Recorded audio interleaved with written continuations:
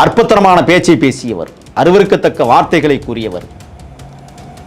ஆனால் கஞ்சா கேஸ் போறது செட்டிங் மாதிரி தானே தெரியும். அவரே கஞ்சா தேய்ப்பவர் என்று பலமுறை பல வலைவழித்தளத்தில் நான் பார்த்திருக்கிறேன். கஞ்சா குடிப்பதாக சொல்கிறார். இன்னொன்று, நீதிபதிகளே வீட்டில் வேலை செய்கிற பெண்களோடு கள்ள உறவு வைத்து கொண்டிருக்கிறார்கள் என்று கூறிய அந்த பேச்சு தான் 2022 ஆகஸ்டில் அவர் கைது செய்யப்பட்டு சவுக்கு சங்கர் அவர்கள் தம்பி கார்த்திக்கினுடைய கைதை ரெட்ஃபிக்ஸ் என்ற ஒரு சேனல்லே போய் பேசுகிறார். அதற்கு உடந்தையாக இந்த அருண் ஏடிஎஸ்பி இருக்கிறார் என்றெல்லாம் அவருடைய படுக்கைக்கு கீழே இருக்கிற பெண் அதிகாரிகளாக இருக்கிற சப் இன்ஸ்பெக்டர், இன்ஸ்பெக்டர் போன்ற அதிகாரிகளெல்லாம் படுக்கையறைக்கு சென்று காவல்துறை வாகனம் அவரை அழைத்து கொண்டு செல்கிற போது தாராபுரத்திற்கு பக்கத்திலே இன்றைக்கு அவர் விபத்துக்குள்ளாயிருக்கிறார் என்றால் அதை தீவிரமாக விசாரிக்க வேண்டும். சாதாரணமாக கடந்து போய்விட முடியாது. அப்படியே நாற்காலியில் உட்கார்ந்தோம்னா என்னமோ உலகமே இவர் போல அட்டனக்காலை போட்டுக்கிட்டு அப்படியே சிரிச்சுக்கிட்டு, இவர் நேர்மையான அதிகம், நீனே கஞ்சா குடிக்கி, நீயே. கள்ளக்குறிச்சி மாணவி ஸ்ரீமதி மரண வழக்கில் இதே சவுக்கு சங்கர் அவர்கள் அந்த வழக்கையே திசை திருப்புகிற வகையில் போய் ஒரு தனியார் வலையொலித்தளத்திலே ஆவேசமாக பேசியதனுடைய விளைவுதான் இன்றைக்கும் தங்கை ஸ்ரீமதியினுடைய மரண வழக்கை நகர்த்த முடியாமல்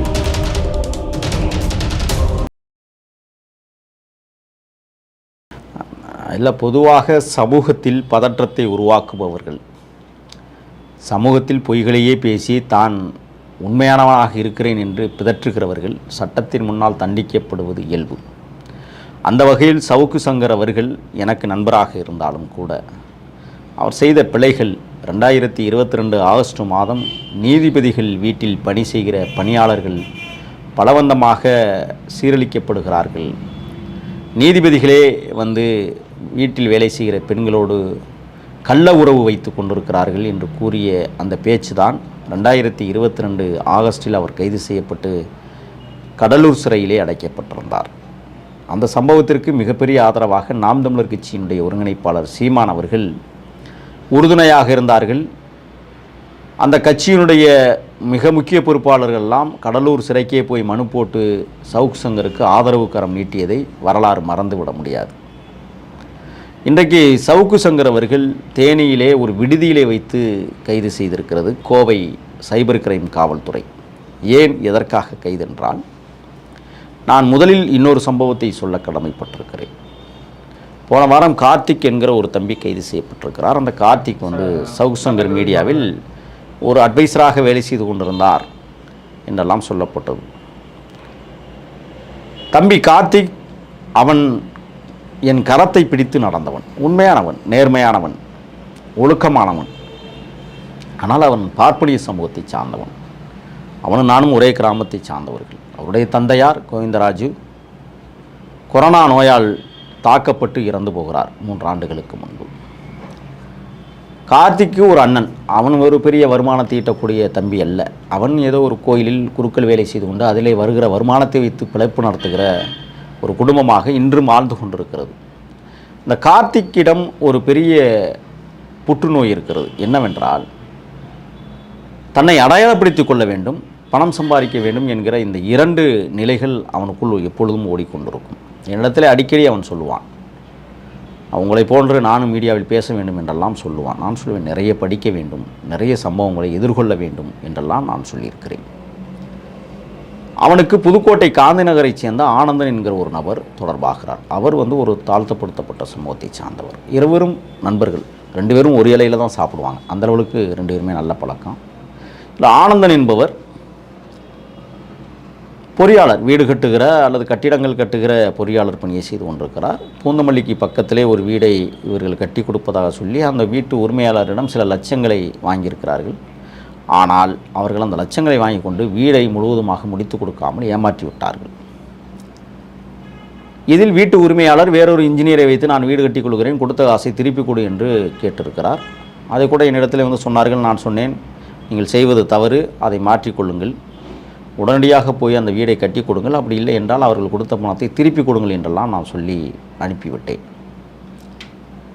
அதுக்கு பிறகு அவர்கள் கொடுத்தார்களா என்ன என்பதே தெரியாது. நான் அந்த உறவை துண்டித்து கொண்டேன். காரணம், இது போன்றவர்களை நாம் உறவாடி வைத்திருந்தால் நமக்கும் அது இழிவாக இருக்கும் என்று கருதியதால் துண்டித்து விட்டேன். கிட்டத்தட்ட அது ஒரு 2 ஆண்டுகள் ஆகிவிட்டது. தம்பி கார்த்திக் நாவலூர் பகுதியில் தங்கியிருப்பதாகவும், நான் கல்லூரியில் நான் வழக்கறிஞருக்கு படித்து கொண்டிருக்கிறேன் அண்ணா என்றெல்லாம் என்னிடத்தில் சொல்லுவார். சில நேரங்களில் அவன் வறுமையில் வாடிய தம்பி என்றாலும் என்னிடத்தில் உதவி கேட்பார். நான் இருந்ததை செய்வேன், இல்லை என்றால் இல்லை என்று சொல்லிவிடுவேன். அதுக்கு பிறகு தம்பி சொன்னான், ஆனால் எனக்கு பாப்பா மோகன் இடத்திலே அறிமுகம் செய்து வையுங்கள், நான் பாப்பா மோகன் இடத்திலே பயிற்சி பெறுகிறேன் என்று சொன்னான். சரி அப்பா, நான் சொல்லிவிடுகிறேன் என்று சொல்லி ஒரு முறை கையிலக்க எண்ணை கொடுத்து நீ தொடர்பு கொண்டு பேசு, நானும் சொல்லுகிறேன் என்று சொன்னேன். அதுதான் அவன் என்னிடத்திலே பேசிய இறுதி பேச்சு 2 ஆண்டுகளுக்கு முன்பு.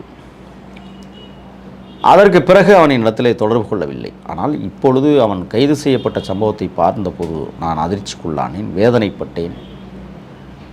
நம்மிடமிருந்து வளர்ந்த ஒரு தம்பி எங்கே போய் எதற்காக கைது செய்யப்பட்டான் என்று விசாரித்த போது தான் தெரிந்தது, இந்த ஆனந்தன் என்கிறவர் அந்த வீட்டு உரிமையாளருக்கு கொடுக்க வேண்டிய காசை திருப்பி கொடுக்காமல் ஏமாற்றிவிட்டு அந்த காசை கட்ட வேண்டும் என்பதற்காக கார்த்திக் அவர்கள் அண்ணனை எப்படியாவது காப்பாற்ற வேண்டும் என்பதற்காக அறந்தாங்கி பகுதியில் அவனுக்கு தெரிந்த இடங்களில் ஏதோ 3 லட்சம் ரூபாய் பணத்தை வாங்கியிருக்கிறான். அதை இவர்கள் திருப்பி செலுத்த முடியாததால் அந்த நபர் அறந்தாங்கி காவல் நிலையத்தில் புகார் அளிக்கிறார். இப்பொழுது இந்த கார்த்திக் என்கிற அந்த தம்பி யாரிடத்தில் இருக்கிறான் என்றால் சவுக்கு சங்கர் இடத்துல இருக்கிறான் என்று தெரிந்து கொண்ட காவல்துறை வழக்கை பெரிதாக்குகிறது. வழக்கு பதிவு செய்யப்பட்டு தம்பி கைது செய்யப்படுகிறான். தப்பு செய்தால் நிச்சயமாக தண்டனை உண்டு, மாற்றமில்லை. கைது செய்யப்பட்டு திருச்சி சிறையிலே இன்றைக்கு அடைபட்டு இருக்கிறான். ஆனால் இந்த கைது சம்பவத்தின் போது அருண் என்கிற ஏடிஎஸ்பி அவர்கள் இதில் சம்பந்தப்பட்டிருப்பதாகவும், அவர் தான்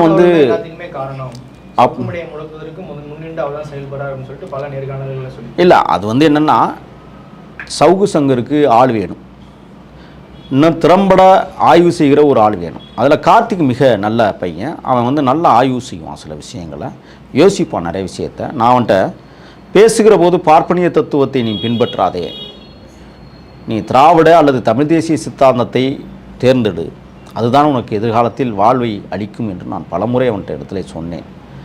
அவன் எப்போதும் பார்ப்பனிய தத்துவத்தை உள்வாங்கி கொண்டவனாகவே வளர்ந்தவன். ஆமாம், அது அவன் என்ன செய்தான் என்றால் பார்ப்பனிய சித்தாந்தத்தை உள்வாங்கி கொண்டு தான் பணி செய்வான். அது அவனுடைய அழிக்க முடியாத ஒரு கேரக்டராக இருந்தது. இப்போ சவுக்கு மீடியாவிற்கு அவன் போனதே எனக்கு தெரியாது. ஆனால் அவன் கைது செய்யப்பட்ட போதுதான் இவன் சவுக்கு மீடியாவிலே வேலை செய்கிறான் என்று எனக்கு தெரிந்தது. நான் ஏற்கனவே சொன்னதை போல இவன் பெயருக்கும் புகழுக்கும் ஆசைப்பட்டவன் என்பது எனக்கு நன்றாக தெரியும். சரி, சவுக்கு மீடியாவிற்கு போனதற்கு பிறகுதான் இந்த வழக்கு இருக்கப்படுகிறது. சரி, இதில் அந்த ஏடிஎஸ்பி ஒரு தேவேந்திர குல வேளாளர் வகுப்பை சார்ந்தவர் என்பதால் நான் என்ன கேட்குறேன்னு சொன்னால், காவல்துறையில் நல்லவர்களும் இருக்கிறார்கள், ஆனால் அயோக்கியர்கள் அதிகமாக இருப்பதை நாம் உணர முடியும். இன்றைக்கு நான் எடுத்துக்காட்டாக ஒரு விடயத்தை சொல்கிறேன். இரவு 10 மணிக்கு மேல் மதுபான கடைகள் இயங்கக்கூடாது என்கிற ஒரு விதி. ஆனால் தமிழ்நாடு முழுக்க என்ன நடக்கிறது? இரவு 10 மணிக்கு மேல் தான் அபரிமிதமான வியாபாரம் நடக்கிறது. விடிய விடிய அந்த வியாபாரத்தை நடத்துகிறார்கள். நள்ளிரவிலே காவல்துறை மாமூல் வாங்குவதை நான் பார்த்துருக்கிறேன். நான் ஆதாரத்தோடு பேசுகிறேன், சோர்ஸ் என்பதில்லை. அப்படி ஆதாரம் வேண்டுமென்றால் யார் வேண்டுமானாலும் என்னை தொடர்பு கொள்ளலாம், நான் கூட்டிக் கொண்டு போய் காட்டுவேன். அந்த அளவுக்கு அந்த வியாபாரம் நடக்கிறது. அப்போ அது குற்றம் தானே? அப்போ அந்த குற்றத்தில் உடந்தையாக இருக்கிற காவல்துறை இதுவரை யாராவது ஒருவரேனும் தண்டிக்கப்பட்டிருக்கிறார்கள் என்றால் இல்லை. வாச்சாத்தி கற்பழிப்பு சம்பவத்தை நடத்தியவர்கள் யார் என்பது நமக்கு நன்றாக தெரியும். வீரப்பனார் தேடுதல் வேட்டையில் நூற்றுக்கணக்கான தமிழச்சிகளை கதற கதற கற்பழித்தவர்கள் இந்த காவல்துறை தான். அவர்களுக்கெல்லாம் நாம் வக்காலத்து வாங்கிவிட முடியாது. தேவாரம் என்கிற அயோக்கியன் தலைமையில் நடத்திய அதிரடிப்படையினுடைய கோர தாண்டவங்களை நம் கோபத்திற்கு உள்ளாக்கும். ஆனால் அதற்கிடையிலும் நல்ல காவலர்கள் அந்த துறையிலே பணி செய்து கொண்டிருக்கிறார்கள் என்பது பெருமிதம்தான். சாபர் சேட்டி என்கிற ஒரு மிகப்பெரிய போலீஸ் உயரதிகாரி கைது செய்யப்பட்டிருக்கிறார். ஏன் கைது செய்யப்பட்டார்? குட்கா மிக அதிகமாக விற்பனை செய்வதற்கு உடந்தையாக இருந்தவர் என்ற காரணத்தால் கைது செய்யப்பட்டார். இன்றைக்கு சவுக்கு சங்கர் அவர்கள் தம்பி கார்த்திக்கினுடைய கைதை ரெட்ஃபிக்ஸ் என்ற ஒரு சேனல்லே போய் பேசுகிறார்.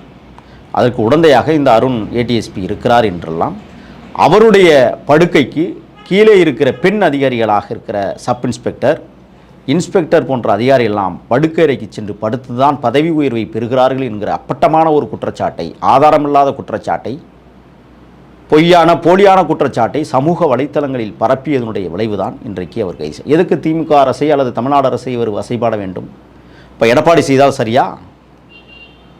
நான் கேட்கிறேன், கனியாமூர் பள்ளி கள்ளக்குறிச்சி மாணவி ஸ்ரீமதி மரண வழக்கில் இதே சவுக்கு சங்கர் அவர்கள் அந்த வழக்கையே திசை திருப்புகிற வகையில் போய் ஒரு தனியார் வலையொலித்தளத்திலே ஆவேசமாக பேசியதனுடைய விளைவுதான் இன்றைக்கும் தங்கை ஸ்ரீமதியினுடைய மரண வழக்கை நகர்த்த முடியாமல் இந்த அரசு காய் நகர்த்தி கொண்டிருக்கிறது. காரணம், இந்த மரண வழக்கில் ஆர்எஸ்எஸ் பின்புலமாக இருக்கிறது என்ற குற்றச்சாட்டை நான் தொடர்ந்து பதிவு செய்து வருகிறேன்.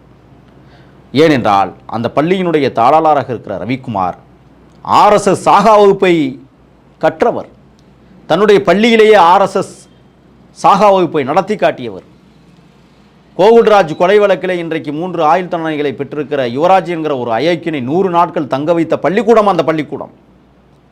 அங்கிருந்தான் அவன் வாட்ஸ்அப்பிலே காவல்துறை அதிகாரிகளுக்கு மிரட்டல் விடுத்தான். அந்த பள்ளியை சீல் வைக்க வேண்டும், மூட வேண்டும், தமிழ்நாடு அரசு அந்த பள்ளியை எடுத்துக்கொள்ள வேண்டும் என்றெல்லாம் நாம் பேசியிருக்கிறோம். ஆனால் அந்த தங்கை ஸ்ரீமதியினுடைய விஷயத்தில் அந்த பள்ளிக்கு ஆதரவாக சவுக்கு சங்கர் அவர்கள் போய் பேசினார். தங்கை ஸ்ரீமதி ஒருவரை காதலித்ததாகவும் பல காதல் கடிதங்களை எழுதியதாகவும் அந்த காதல் கடிதம் எரிந்து போன பேருந்தில் உள்ளே இருந்ததாகவும் அந்த கடிதம்தான் இன்றைக்கு சாட்சியாக இருக்கிறது என்றெல்லாம் இந்த சவுக்கு சங்கர் ஒரு தனியார் வலையொலித்தளத்தில் பேசியதனுடைய பேச்சு இருக்கிறதல்லவா, அது ஒட்டுமொத்த தமிழர்களுடைய கோபத்தை தூண்டியது. அற்புதமான பேச்சை பேசியவர், அருவருக்கத்தக்க வார்த்தைகளை கூறியவர். ஆனால் கஞ்சா கேஸ் போறது செட்டிங் மாதிரி தானே தெரியும். அவரே கஞ்சா தேய்ப்பவர் என்று பலமுறை பல வலையொலித்தளத்தில் நான் பார்த்திருக்கிறேன். கஞ்சா குடிப்பதாக சொல்கிறார். இன்னொன்று, புகைப்பிடிக்கிற பழக்கமும் அவரிடத்தில் இருக்கிறது. அப்போ ஏன் அவர் கஞ்சா வச்சிருக்க மாட்டார்? ஒருவேளை காவல்துறை 1/2 கிலோ கஞ்சா வைத்து எடுத்தார்களே ஆனால் எடுத்த குற்றவாளிகளை குற்றவாளி கூண்டில் நிறுத்தப்பட வேண்டும். அதிலே மாற்று கருத்து இல்லை.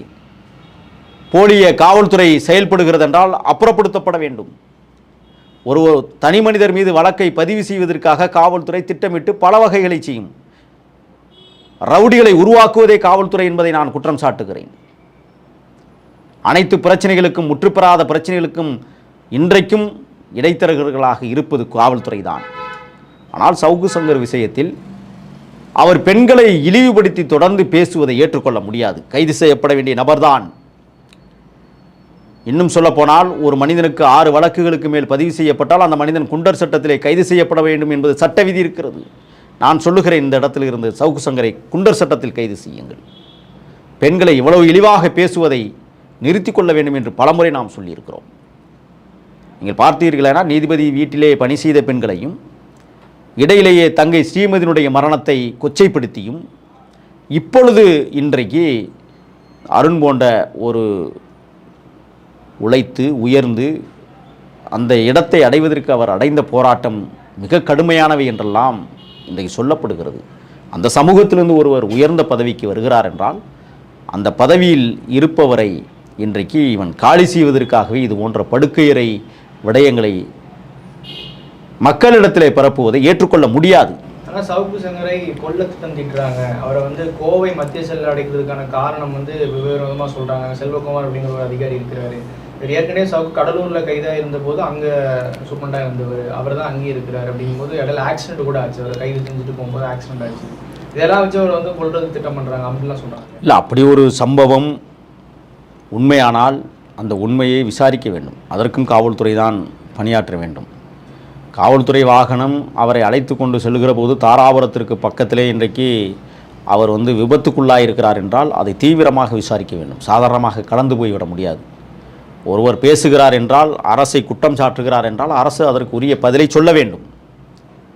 ஆனால் ஆதாரம் இல்லாமல் இவர் அருவருக்கத்தக்க வார்த்தைகளை சொல்லி குற்றம் சாட்டுவதை ஏற்க முடியாது. கோவை மத்திய சிறையில் நானும் இருந்திருக்கிறேன். வருடக்கணக்கில் இருந்தவன். உண்மையாக சொல்லுகிறேன் என்றால் கோவை மத்திய சிறை பண்பட்ட சிறை. அங்குதான் இஸ்லாமிய போராளிகளும் தமிழ் தேசியத்தினுடைய போராளிகளும் ஒன்றாக இணைந்து இருக்கிற ஒரு சிறைச்சாலை. அங்கே எந்த அழுத்தங்களும் இருக்காது. கடலூரில் இருந்ததை விட கோவையில் அவர் எளிமையாக நடமாடலாம். அவருக்கு எந்த விதமான உயிர் அச்சுறுத்தலும் அங்கு இருக்க வாய்ப்பில்லை. ஆனால் சவுக்கு சங்கர் அவர்கள் இனிமேலாவது பெண்கள் விடயத்தில் கவனமாக வார்த்தைகளை விட வேண்டும் என்றுதான் நாம் கேட்டுக்கொள்கிறோம்.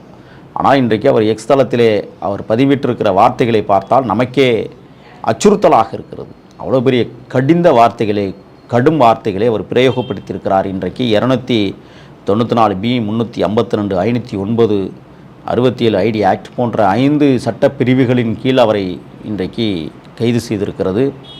ஆபாசமாக பேசுவது, குற்ற எண்ணத்தோடு பேசுவது, பெண்களை இழிவாக பேசுவது என்றெல்லாம் வழக்குகள் இன்றைக்கு அவர் மீது பதிவு செய்யப்பட்டிருக்கிறது. 23 வழக்குகள் தென் மாவட்டங்களில், குறிப்பாக தேவேந்திரகுல வேளாளர் அமைப்பு இன்றைக்கு அவர் மீது 13 வழக்குகளை பதிவு செய்ததனுடைய பின்னணி என்னவென்றால், இந்த அருண் என்கிற மிகப்பெரிய அதிகாரி அந்த சமூகத்தை சார்ந்தவர்.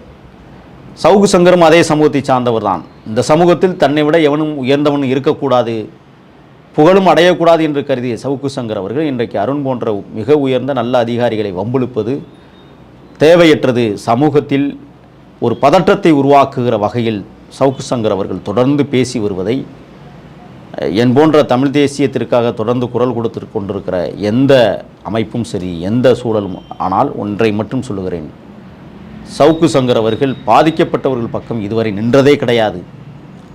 அழுத்தம் கொடுப்பவர்களுக்கும் ஆபாசமாக நடந்து கொள்கிறவர்கள் பக்கமே அவர் நின்று பேசி வருகிறார். இதைத்தான் அண்ணன் திருமாவளவன் அவர்கள் நேருக்கு நேராக சொன்னார். பாதிக்கப்பட்டவர்கள் பக்கம் நிற்பதுதான் மனித தர்மம் என்று சொன்னார்.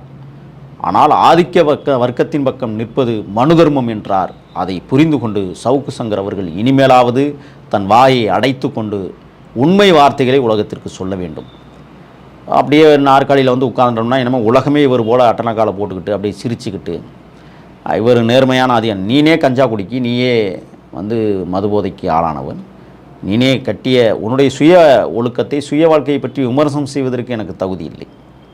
என் தகுதியை நான் குறைத்து கொள்ள விரும்பவில்லை. ஆனால் உங்களுடைய தகுதி என்ன என்பதை யோசித்து மக்கள் மன்றத்தில் நீங்கள் வார்த்தைகளை விட வேண்டும் என்பதுதான் என்னுடைய திடமான கருத்து. நன்றி. நன்றி.